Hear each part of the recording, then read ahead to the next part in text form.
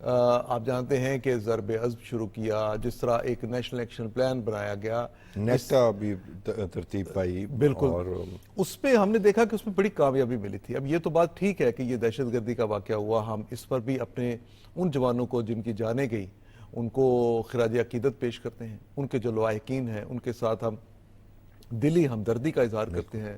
President نے، prime minister نے، army chief تو کل آپ کو پتا ہے کہ کل وہ جوانوں کے ساتھ عید منانے کے لیے گئے ہوئے تھے 2 دن پہلے۔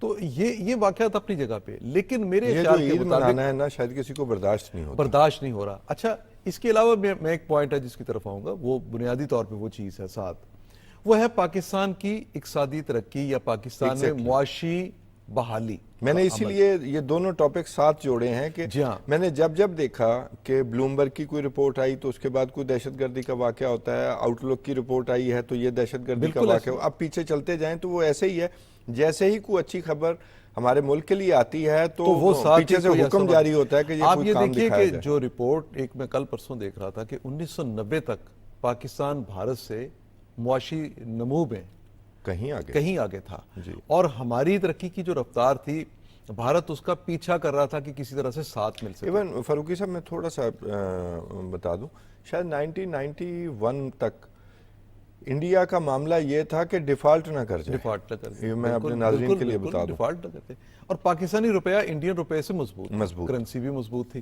اچھا، حالانکہ جب 47 میں دونوں ملک بنے تو 47 میں بھارت کے پاس جو انفراسٹرکچر تھا یہ زیادہ مضبوط تھا، اس کے پاس وسائل بہت زیادہ تھے، اس کے پاس پورٹس بہت زیادہ تھی، اس کے پاس جو انڈسٹریل زون جو برٹش دور میں جو ایون ہمیں جو بنگال تقسیم ہو کے آیا تھا وہ پسماندہ والا ایریا تھا، اور دوسرا ان کو ترقی یافتہ ملا۔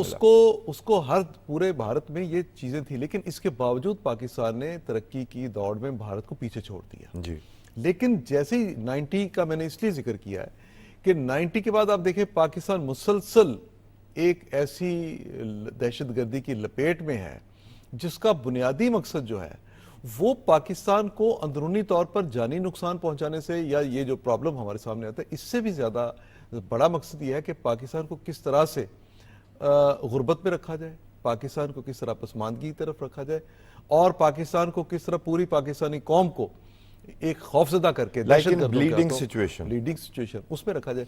سو یہ آپ نے ابھی جو بات کی تھی نا کہ جیسے بلومبرگی کی رپورٹ آتی ہے، جی ہاں، اس کی ایشین ڈیولپمنٹ کی آؤٹ لک رپورٹ بینک کی آئی، بلکہ یو این او کی رپورٹ آئی، وہ جو ہے ہم نے اسی پر بات کی کہ وہ احد چیمہ صاحب جو وزیر اقتصادی امور ہیں انہوں نے اس کا رپورٹ کو پیش کیا۔ تو یہ جیسے ہی وہ رپورٹس آتی ہیں تو اس کے ساتھ ہی یہ وار شروع ہو جاتا ہے۔ اور آپ کو یہ بھی پتا ہونا چاہیے، اور ہمیں آپ کو تو یقین پتا ہے اپنے جو ناظرین ہیں ان کے لیے، کہ 90s کی پوری دہائی جو ہے وہ ہم نے کس طرح سے گزاری ہے کہ کراچی جو پاکستان کا معاشی ہب تھا اس کو ٹارگٹ کیا گیا، اور ہمیں 90s میں اور اس کے بعد بھی کس طرح کراچی میں کس طرح کے حالات دیکھنے پڑے۔ جو کراچی کے حالات تھے اسی طرح کے حالات جو ہیں یہ کے پی میں اور بلوچستان میں پیدا کیے جا رہے ہیں، اسے بڑھانے کی کوشش کی گئی۔ اور یہ اس کے پیچھے دیکھیے یہ بات بالکل طے شدہ ہے کہ اس کے پیچھے کالعدم ٹی ٹی پی جیسے دہشت گرد ہیں، ان سے منسلک باقی تنظیمیں ہیں، اور اس کے ساتھ ساتھ جو بھارت کا ہاتھ ہے وہ جو بھارتی ایجنسیوں کے چیف اور ان کا وزیر داخلہ اور باقی لوگ جو کہتے رہے ہیں، بالکل اس پہ کوئی شک نہیں ہونا چاہیے کہ وہ لوگ یہ کہتے رہے ہیں کہ وہ پاکستان کو نقصان پہنچائیں گے، پاکستان کو زخمی کریں گے۔ جی، ان کے لیکچرز موجود ہیں، تو یہ اسی کا نتیجہ ہے۔ پر میں یہ کہتا ہوں کہ اب ریاست کہاں کھڑی ہے، اب کیا اس کا مقابلہ کیسے کرنا ہے؟ کیا ہم نے صرف یہ جو ریٹورک میں تو نہیں رہنا نا، ریٹورک میں نہیں رہنا؟ جی بالکل۔ تو مسئلہ یہ ہے کہ ریاست کو اپنی اسٹریٹجی کہیں نہ کہیں تبدیل کرنی پڑے گی، کہیں نہ کہیں اس کو ری وزٹ کرنا پڑے گا، جائزہ لینا پڑے گا کہ آپ نے جیسے پہلے ری ایکٹیویٹ کرنی پڑے گی۔ ری ایکٹیویٹ سے مراد میری یہ ہے کہ پہلے ہم نے ایکٹیویٹ کیا، بالکل، اور ہم نے اس کے نتائج اور ثمر حاصل کیا۔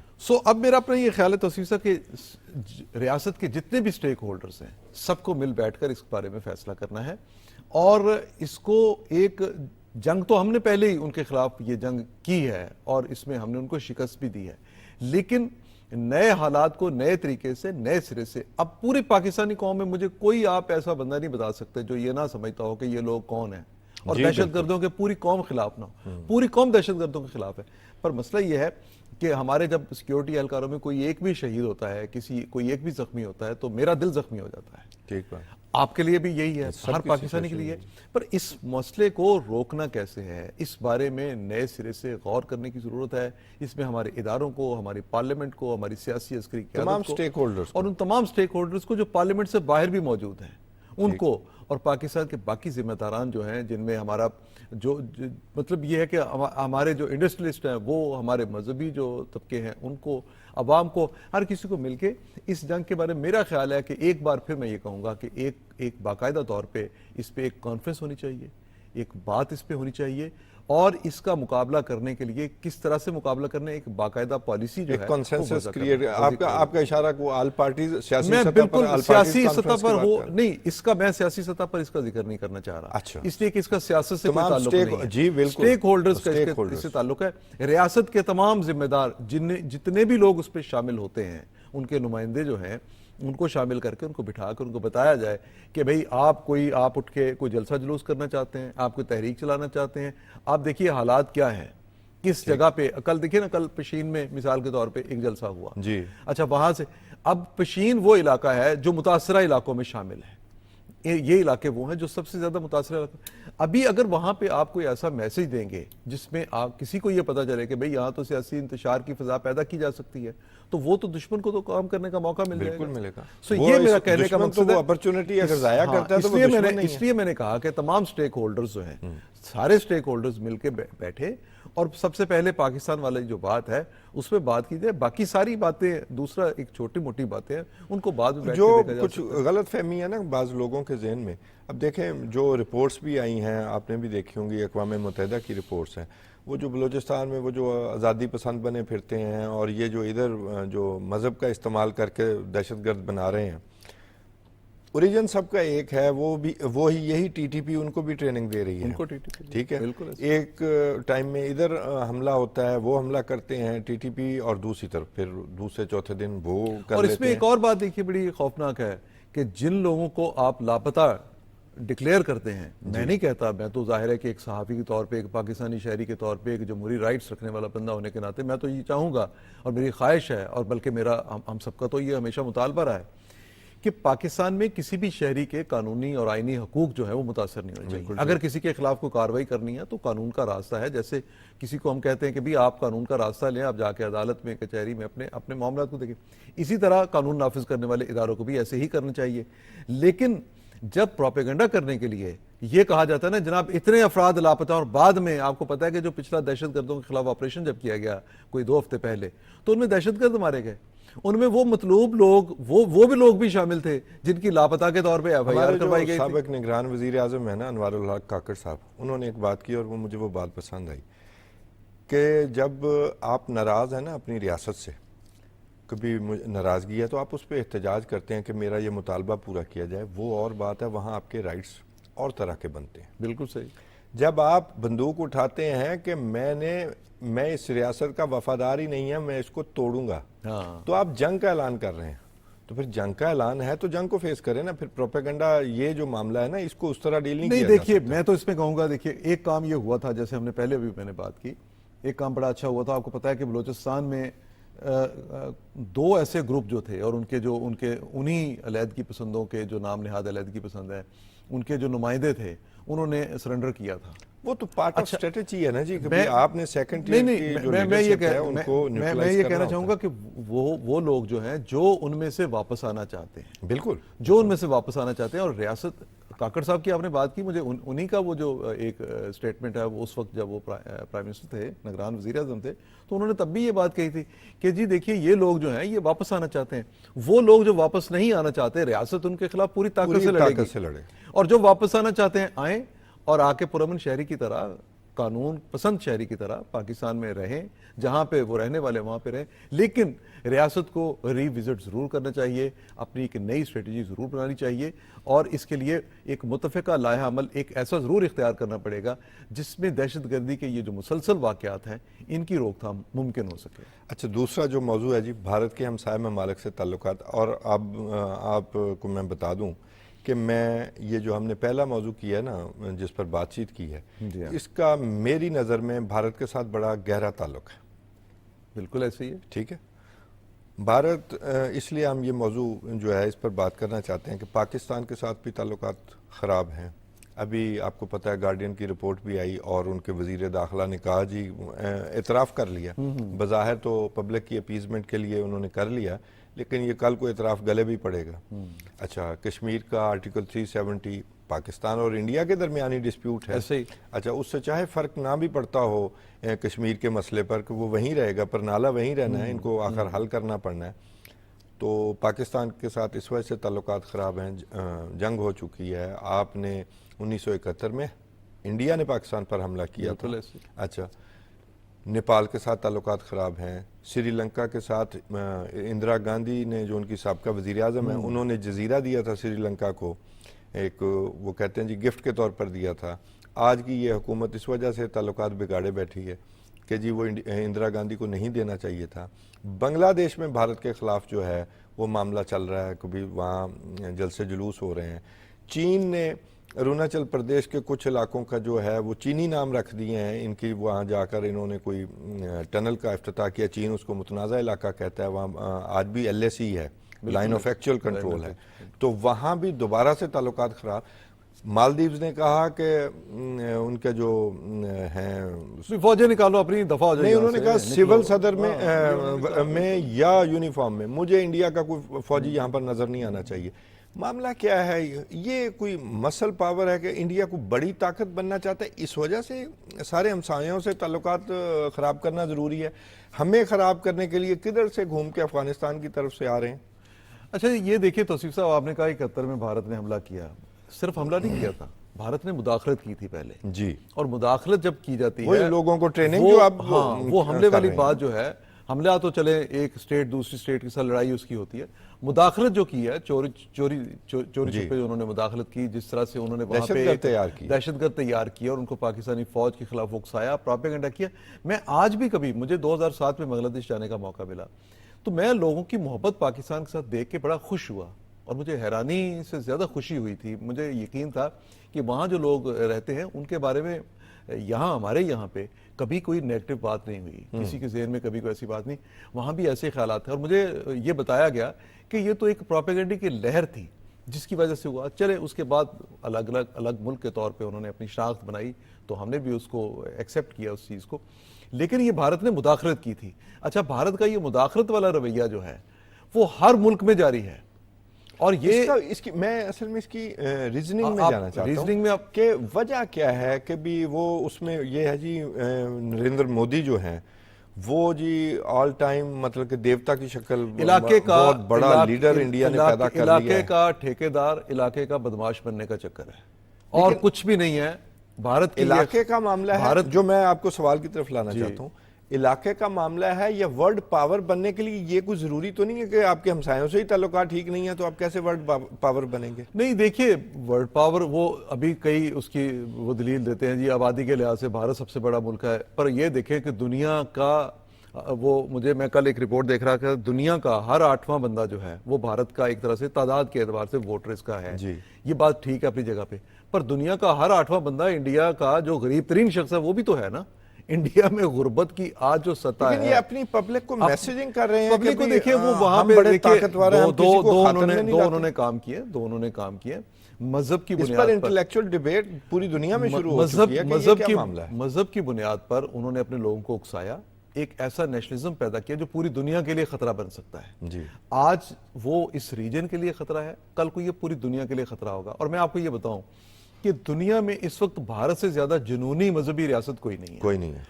اور اتنی خطرناک, مطلب میں بھارت کو اور اسرائیل کو ایک ہی جگہ پہ گنتا ہوں. وہ بالکل, میں دونوں کو ایک ہی جگہ پہ گنتا ہوں کہ اسرائیل بھی اسی طرح جنونی لوگ جو ہیں ان کے ہاتھ میں ہے اس وقت اس کا اقتدار, فار رائٹ لوگوں اور فار رائٹ کے, اور بھارت میں بھی یہی صورتحال ہے. اور بھارت میں جو لوگ ہیں وہ تو اس حد تک جنونی ہیں اور اس حد تک انہوں نے کیا. حالانکہ میں سمجھتا ہوں کہ 71 کا جو پاکستان کو نقصان تھا یہ تو وہ اندرا گاندھی کا دور تھا اور کانگریس کی حکومت تھی.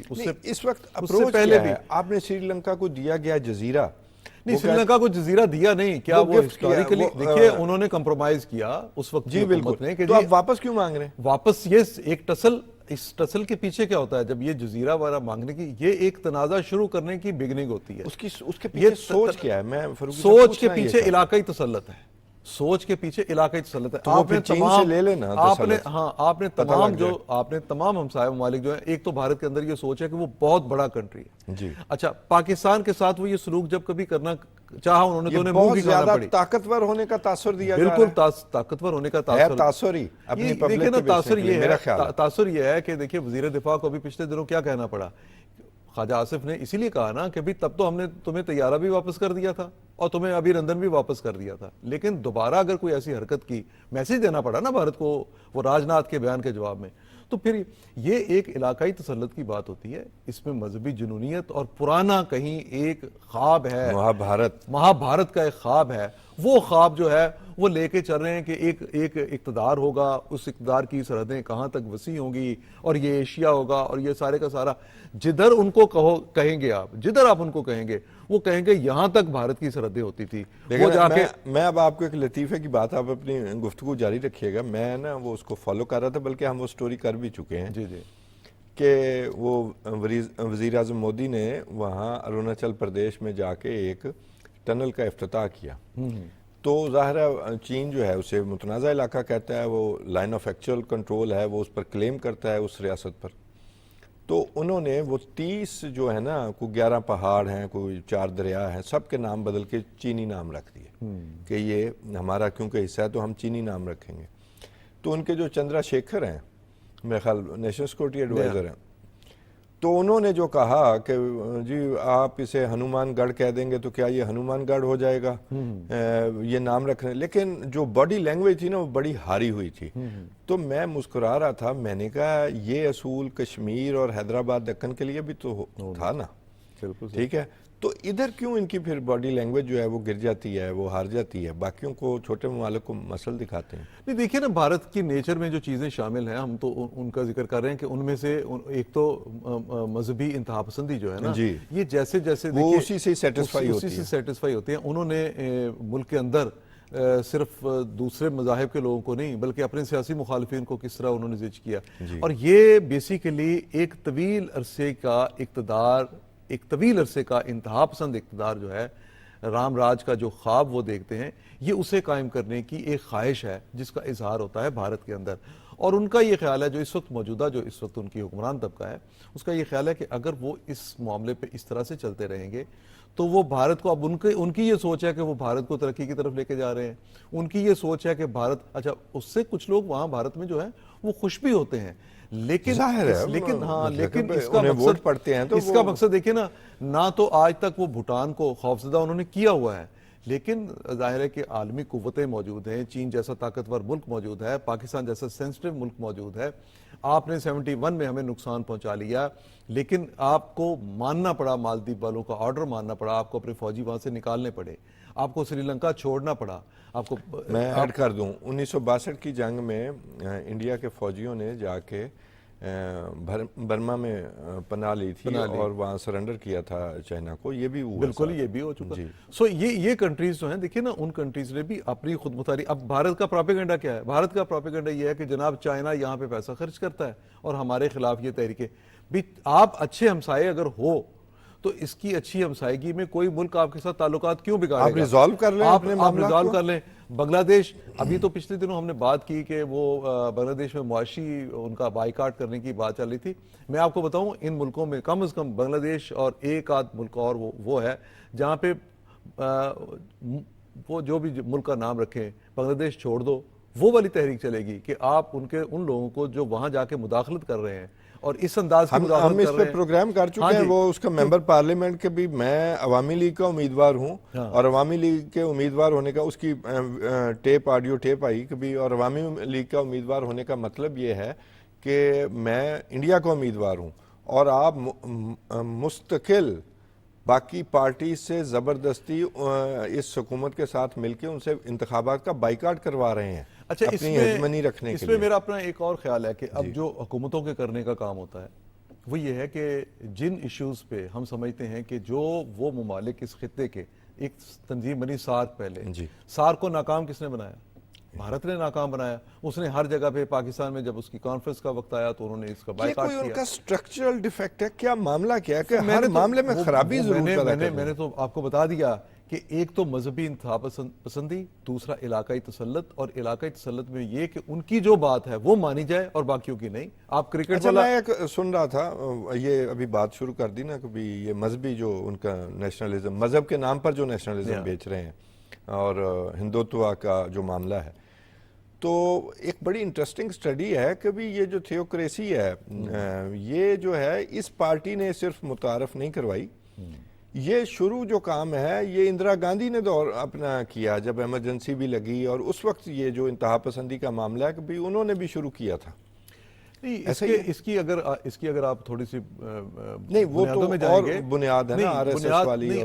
نہیں وہ دیکھیں بنیاد ہمیں وہاں پہ تلاش کرنا پڑے گی. جو مہا سبھائی تھے ہندوستان کی سیاست میں, انہوں نے آگے جو چیزیں ہیں نا, انہوں نے بڑے بے شمار وہ ایک پوری ایک بنیاد بنی, اور اس نے تحفے یہ دیے مختلف پارٹیوں کو, کانگریس کو بھی ملے اور وہاں پہ جو ہے یہ بی جے پی وغیرہ جو ہے ان کو بھی ملے.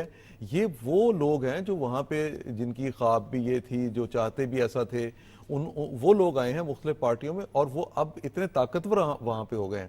آپ کو یاد ہے کہ ایک ٹائم پہ بھارت میں ایک انتہائی جو غیر سیاسی شخص تھا بال ٹھاکرے جیسا, تو اب بال ٹھاکرے کو بھی تو یہ لوگ پیچھے چھوڑ گئے, اس سے بھی آگے نکل گئے.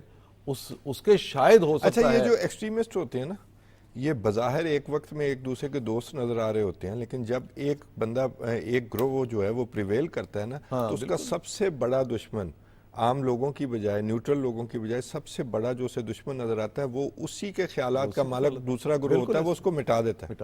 اور آپ نے دیکھا کہ بی جے اس کا بال ٹھاکرے کی جو شیو سینا ہے پارٹی, اس کے ایم پی نے جب کاغذات نامزدگی جمع کرائے تو اس کو بھی انکم ٹیکس کا نوٹس آ گیا اور وہ ای ڈی کا نوٹس آ گیا.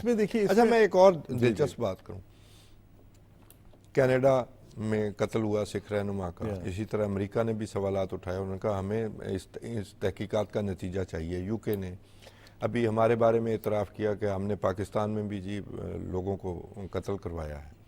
یہ تو سارا معاملہ چل ہی رہا ہے کہ بھی اب یہ آہستہ آہستہ گلے کا پھندا بھی بنے گا.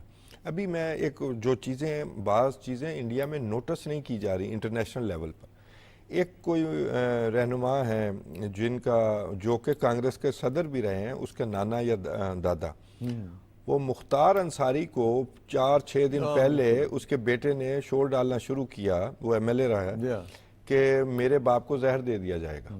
اور اسی 4-6 کے دن کے اندر ہی اس کا باپ جو ہاسپٹلائز ہوتا ہے جیل کے, اس کی طبیعت خراب ہوتی ہے, قے آتی ہے اور اس کی ڈیتھ ہو جاتی ہے, اور وہ الزام لگا رہے ہیں کہ اس حکومت نے زہر دیا. یہ بھی تو چھوٹی چھوٹی وارداتیں ہو رہی ہیں نا مبینہ طور. یہ دیکھیں نا, یہ وہاں پہ اس طرح کے پتہ نہیں کتنے واقعات ہوتے ہیں جو کہ دنیا کی نظروں سے اوجھل ہیں. لیکن ہوا یہ ہے نا, دیکھیں نا کہ امریکہ کا ظاہر ہے کہ جو انفلوئنس ہوتا ہے وہ زیادہ ہوتا ہے. اب وہاں پہ یہ بات بڑے کھلے عام کہی جانے لگ گئی ہے. ابھی صرف جو ایک چیز ہے وہ یہ کہ جی جو انڈیا میں جو مذہبی طور پہ جس شدت پسندی کا اور جس نفرت کا مظاہرہ کیا جاتا ہے دوسری اقوام کے خلاف, دوسرے طبقوں کے خلاف, اس پہ ابھی تک کئی ایک مفادات کی وجہ سے امریکہ جو ہے وہ بھارت کو اس طرح سے پوچھ نہیں رہا یا اس سے بات نہیں کر رہا.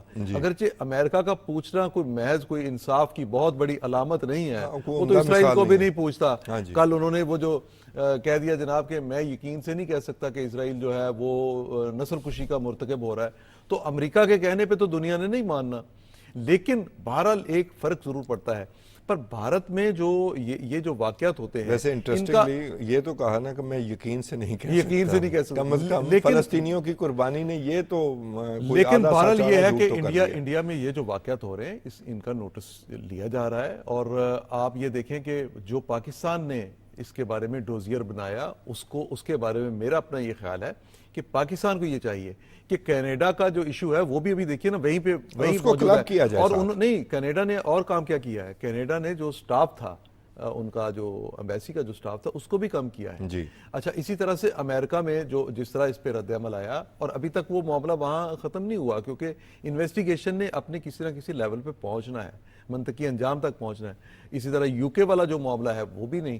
پاکستان کو بھی چاہیے کہ جو معاملہ, جو رپورٹس یہاں کی بنی ہیں اور ان کی جو انہوں نے خود جو اعتراف کیا, اس کو UN میں پیش کرتا رہے, اس کو نہ جانے دے. اور دوسری بات جو ہے, جو پہلے ہم کر رہے تھے, ممالک جو علاقے کے ممالک ہیں, ان ایشوز پر, جن ایشوز پر ان ممالک کو بھارت سے جن کو خطرہ محسوس ہوتا ہے, ان ایشوز پر پاکستان کو اپنی وزارت خارجہ کو متحرک کر کے ان کے ساتھ انگیج کرنا چاہیے.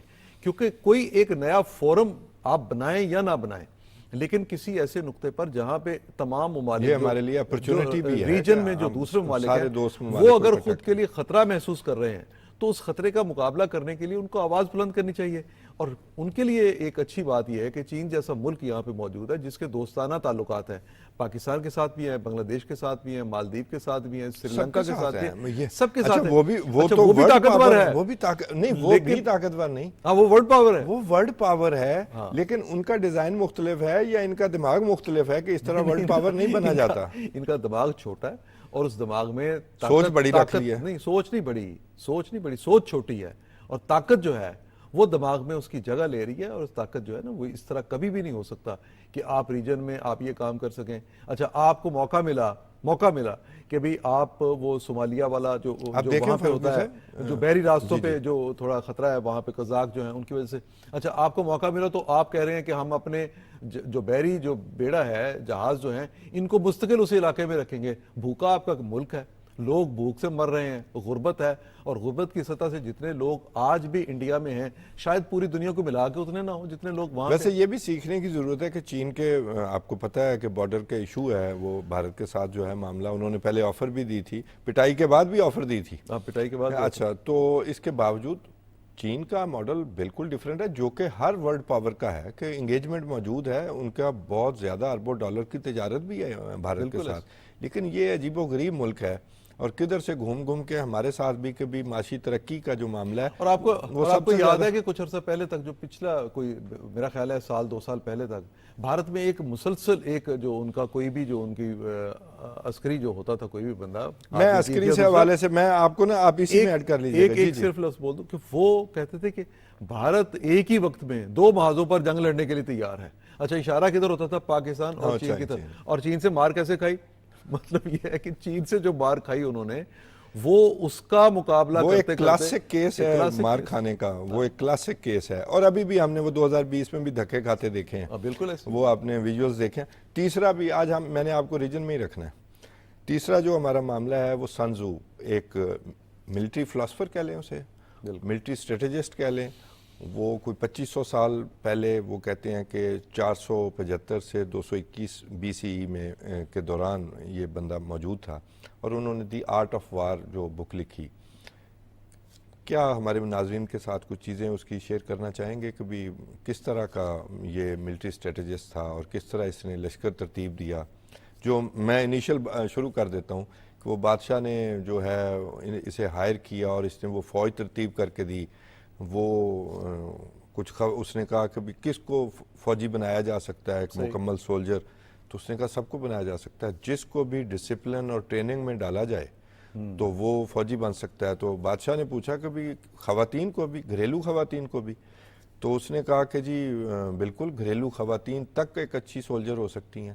اور پھر بادشاہ نے اپنی 180 کنیزیں دی کہ آپ ان کو ٹرین کریں, اور اس کے بعد جناب وہ 180 جو دیں تو اس کا 90 کا گروپ بنایا, ان میں سے 2-3 کو کمانڈر بنایا. تو وہ جب اس نے کہا آگے بڑھو, تو وہ جیسے وہ پریڈ ہوتی ہے یا جو ہوتا ہے معاملہ, آرڈر کو جو ہے اپلائی کرنا تھا, تو جب اسے کہا کہ دائیں مڑو, یہ ایک لیجنڈ کے طور پر بھی ہو سکتا ہے کہ ہو سکتا ہے یہ کریکٹر ہو ہی نہ. نہیں بالکل کریکٹر. تو دیکھیے چائنیز ہسٹری جو ہے نا وہ بیسیکلی ایسی ہے جو ریٹن فارم میں بھی ہے, اور وہاں پہ لوگوں کی جو ہمارے ہاں اندازے چلتے ہیں وہاں بھی اندازوں کے ساتھ بھی ہے, لیکن ان کے پاس ایگزیکٹ ڈیٹ. میں یہ واقعہ مکمل کر دوں, میں نے سمجھا شاید آپ نے بات مکمل کر لی. تو اس نے وہ جو کمانڈرز بنائی تھی نا, تو اس نے وہ کمانڈرز نہ ہنسنے لگ گئی, تو اس نے ایک دفعہ وارننگ دی, پھر دوسری دفعہ وارننگ دی, اور اس کے بعد ان کے سر اڑانے کا حکم دے دیا. تو بادشاہ نے بھی ریزسٹ کیا اس حکم پر.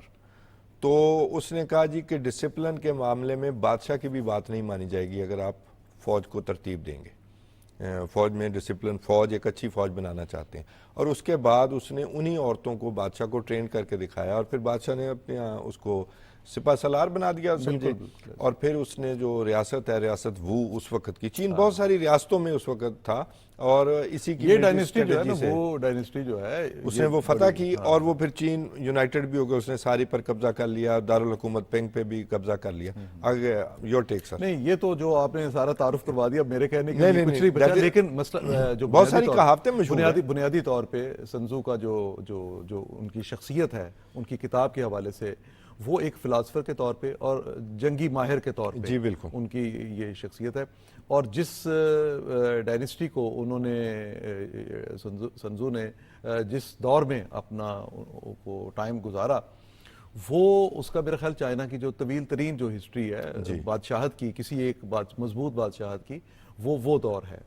اچھا، اور اس میں اتنی جنگی حکمت عملی کا مالک ہونے کے باوجود، جس میں بیسیکلی جو بتا دیا اپنی اس دور کی افواج کے لیے اور ریاستوں کے لیے بھی، امپائرز کے لیے اور باقی دنیا کے لیے بھی، جو کچھ لکھا وہ لوگوں نے، جیسے آپ نے بتایا، آج بھی تمام ملٹریز میں ان کی کتاب پڑھائی جاتی ہے.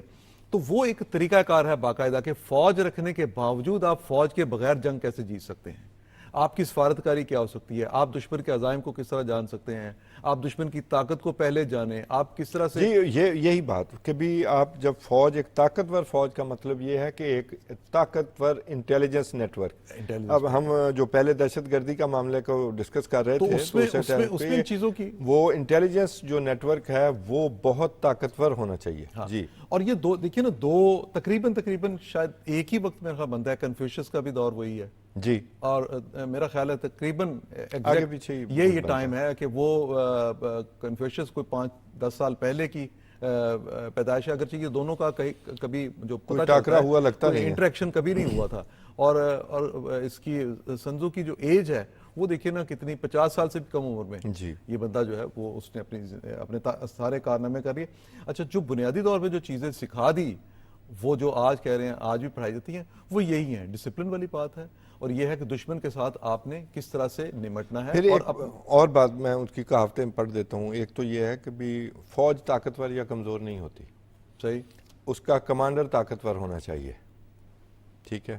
اور پھر بہترین تربیت اور ڈسپلن جو ہے وہ بہت ضروری ہے.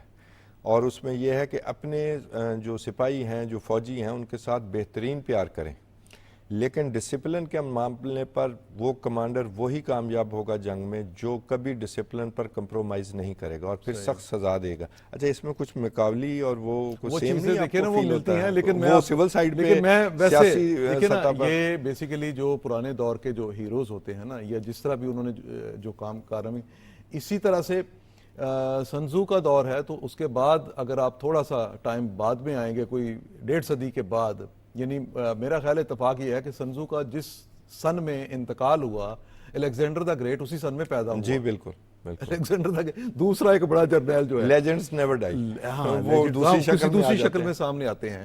تو چانکیہ کا جو ایک ہے نا، تو اس کو بھی کسی نے کہا تھا کہ تمہارا باپ مر گیا، تو اس نے اپنے بازو سے کپڑا اٹھا کے تو اس نے وہ ایسے شریانے دکھا کہا کہ نہیں میں زندہ ہوں. تو اسی طرح سے یہ بھی زندہ ہوتے ہیں.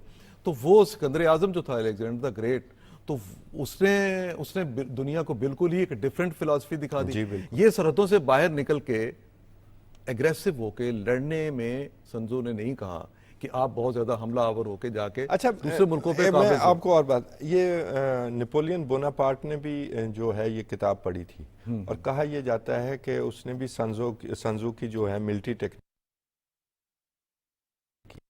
اور پھر جیپنیز تک یہ جب کتاب پہنچی آج سے 1200 سال پہلے، تو اس وقت بھی وہ یہ جو سیمورائے جو ہیں وہ آپ دیکھیں. اور میں کہتا ہوں جتنی ٹف وار آپ World War II کی ہسٹری پڑھیں تو جو سیمورائز نے دی، تو امریکہ کے پاس حل کوئی نہیں تھا رہ گیا ایٹم بم گرانے کے علاوہ. اچھا 62 کی وار میں دیکھیں، یہ بڑے انٹرسٹنگ ہے. چائنا نے جو ٹریڈیشنل راستے تھے وہ یوز ہی نہیں کیے. مجھے لگتا ہے کہ بھی جب میں اس کو پڑھتا ہوں کہ شاید سنزو ہی جنگ لڑ رہا تھا. وہ سنزو نے کہا کہ آپ نے کمانڈر وہی ہے جو جغرافیہ پر نظر رکھے، جو موسم پر نظر رکھے، اور دشمن کی کمزوری بھانپ کر رکھے، جو کہ انٹیلیجنس کے ذریعے. تو اونچی جگہ ہمیشہ اپنے قبضے میں لے کے آئیں اگر آپ جنگ جو ہے وہ لڑنا چاہتے ہیں. تو انہوں نے ٹریڈیشنل راستے نہیں لیے، بلندی پہ پہاڑوں کے اوپر سے آئے اور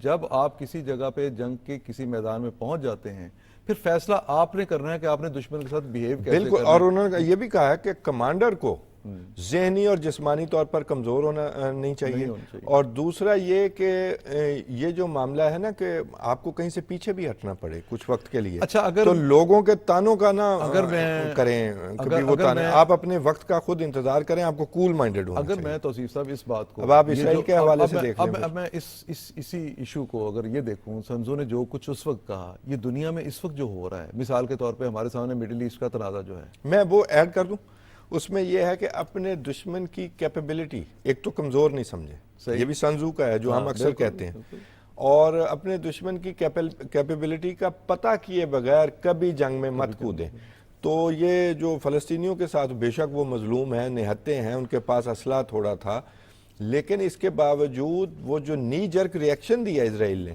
جو سنزو نے یہ بھی کہا کہ طویل جنگ میں کوئی کمانڈر وہ نالائق کمانڈر ہوگا جو طویل جنگ میں جائے لیکن ابھی آپ لاسٹ ٹائم ہم جب اسی یہاں پہ بیٹھے پروگرام میں تھے تو وہ یہ تھا کہ کیا ایران جو ہے وہ اسرائیل کو جواب دے گا میں تھوڑا سا اس چیز کو ادھر جو علاقائی اس وقت جو انٹرنیشنل جو اس وقت سین بن رہا ہے صرف 2 منٹ میں اسی میں صرف بات کمپلیٹ کر دوں گا وہ عام طور پہ اب یہ کہا یہ جا رہا ہے کہ وہ ایران کسی وقت بھی اٹیک کر دے گا یہ تو اسرائیل چاہتا ہے یہ اسرائیل چاہتا ہے لیکن یہاں پہ جو آپ کہہ رہے ہیں کہ نیپولین نے بھی پڑھا فلاں نے بھی پڑھا سنزو کو فلاں نے بھی پڑھا تو ظاہر ہے کہ ایرانیوں نے بھی اسے پڑھا ہوگا اچھا تو پاکستان میں بھی یہ پڑھایا جاتا ہے تو وہ بھی ہو سکتا ہے کہ دشمن کی مرضی کے مطابق جنگ شروع نہ کریں دشمن کی مرضی کے مطابق اپنی حکمت عملی ہماری دعا بھی یہی ہے ہماری دعا بھی ہے وہ اپنی مرضی کے مطابق اپنی طاقت کا اظہار کریں اور جتنا کریں اس میں اتنا ضرور ہو کہ نہ تو اس کی طاقت کا غلط اندازہ لگایا ہو ہم نہیں چاہتے جنگ ہو آپ دیکھیں چھوٹی مثال ہے فلسطین کے بارے میں اسرائیل نے نی جرک ریئیکشن دیا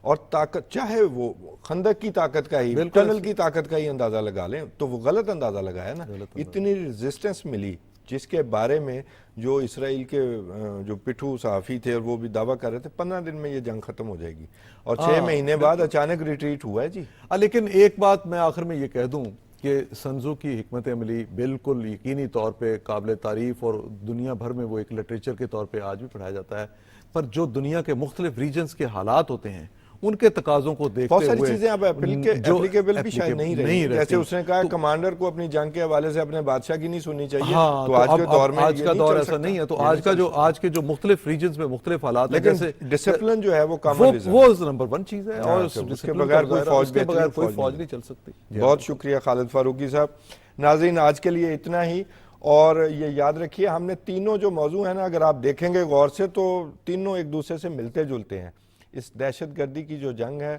اس میں اپنی افواج کے پیچھے کھڑے ہوں اور ان کا کلا کما میں پورا ساتھ دیں بالکل کوئی کمزوری نہیں ہے اس ریاست میں کوئی کمزوری نہیں ہے ہم پوری طاقت سے ان کا کلا کما کر سکتے ہیں اور انشاءاللہ ان کا کلا کما پہلے کی طرح پہلے سے زیادہ اچھی طرح ہوگا اپنا اور اپنے دوستوں کا خیال رکھیے آج کے لیے اتنا ہی اپنے میزبان توصیف احمد خان کو اجازت دیجیے اللہ حافظ